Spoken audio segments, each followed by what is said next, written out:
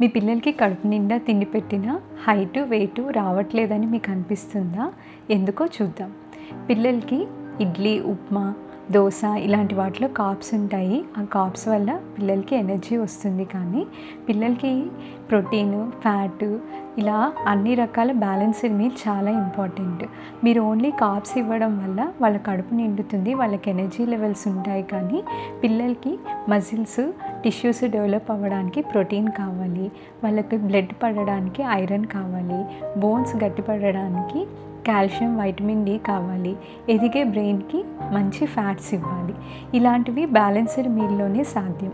అలా అని only carbs ఇవ్వడం వల్ల ఏమవుతుంది అంటే పిల్లలకి కడుపు నిండుతుంది, వాళ్ళకి క్యాలరీస్ వస్తాయి. బట్ లాంగ్ స్టాండింగ్లో వీళ్ళకి హార్మోనల్ ఇంబ్యాలెన్సెస్ వస్తాయి. దానివల్ల సరిగ్గా హైట్ వెయిట్ రారు. ప్లస్ పిల్లలకి మెమొరీ ప్రాబ్లమ్స్ వస్తాయి. వీళ్ళకి బ్లడ్ ఉండకపోవడం వల్ల వీళ్ళు చదివింది కూడా గుర్తుపెట్టుకోలేకపోతారు, బాగా ఆడుకోలేకపోతారు. సో మనం బ్యాలెన్స్డ్ మీల్ ఇవ్వడం మనందరి బాధ్యత.